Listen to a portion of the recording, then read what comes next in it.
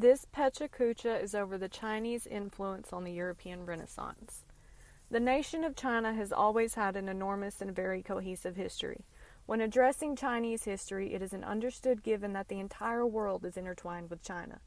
From connections to the Indus River Valley to Europe through the Silk Road and the Mediterranean Sea, this tranquil trading empire would start its exponential climb when the first contact of European merchants, specifically the Portuguese in 1517, took place during the European Renaissance period.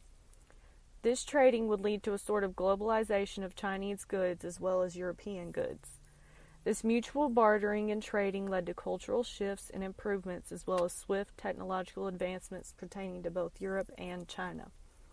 In terms of military, China may not have the biggest one, but it is a marvel to look through history and realize how much China affected the style and developments of military practices and, specifically, how those innovations affected the weapons of that age. China has always been a self-relying powerhouse, but the addition of a connection to other civilizations has accelerated the growth of both sides and, as a result, left markers of influence on Europe that can be traced back to that time period. Before the Ming Dynasty that lasted well into the European Renaissance, there was the Yuan Dynasty, which was run by a foreign leader, Kublai Khan, the grandson of Genghis Khan, and this empire established a foundation for China to accelerate its cultural and artistic expressions. This baseline also helped improve technology and warfare tactics as seen in the photo displayed. When the Ming Dynasty took over in 1368 and lasted until 1644, they made giant leaps for the betterment of their nation and for their future generations. Technological improvements assisted with this vast and growing civilization through trade with the Europeans and likewise for the European counterparts. This transportation through the Silk Road allowed for Chinese and European merchants, caravans, and travelers to exchange goods and influence change in cultures and technology. Concerning trading, Europeans traded for certain spices such as salt, and they imported tea and iron directly from China along with the introduction of silk into high-class European society. While China imported other spices, floral goods, and other types of plants or crops, these goods and raw materials allocated more capital to funnel into each nation, which resulted in better lives, conditions, inventions, and resources, which then caused more currency to flow in, creating a cycle. Cultural changes and shifts occurred during the Renaissance because of the trade routes and the access that influencers and artistic minds had available.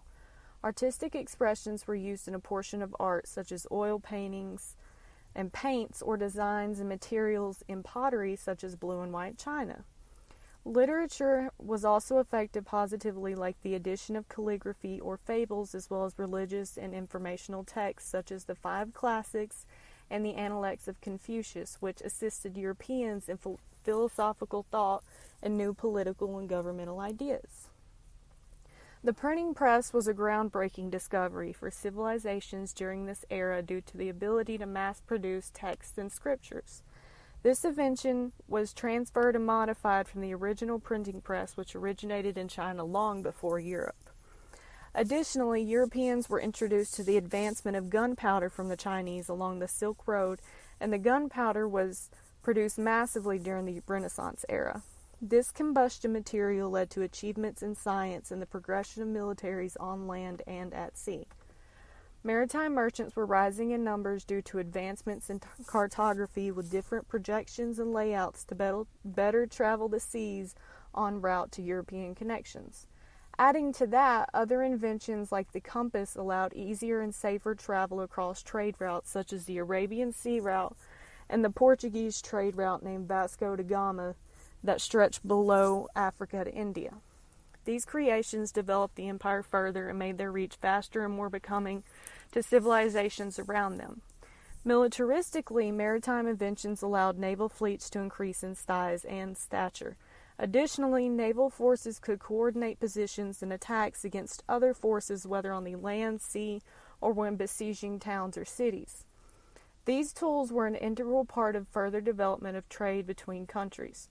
Travel in the sense of towards new lands of opportunities and the ability of naval defense and militaristic aggression on the open seas. Furthermore, the inclusion of gunpowder into militaries along with the enlargement of focus in metallurgy, allowed navies to arm themselves with cannons on their ships, with vessels like frigates and close-range ships such as privateers and triremes.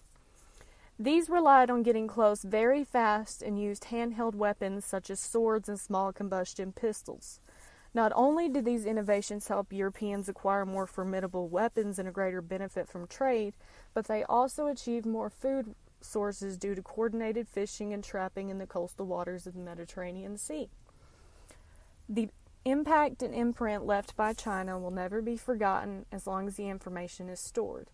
The linear growth of this civilization stagnated for a period of 300 years until the Mongols initiated their rule and established government was designated as a golden age for their nation at that time. This paved a path towards an exponentially expanding and flourishing empire that still is growing to this day. Without the connection to the Chinese world, our society and views, as well as our technological progress, would have been hindered if not exacerbated. The world's ambiguity would be tarnished if not for the philosophical improvements through literature and artistic expression. Our togetherness would have been delayed if it were not for the trade routes that were established between Eurasia and farther out in the seas and in Africa. Without the existence of China, an argument could be made that our world development could be set back years into the past due to a lack of innovations and different ideals.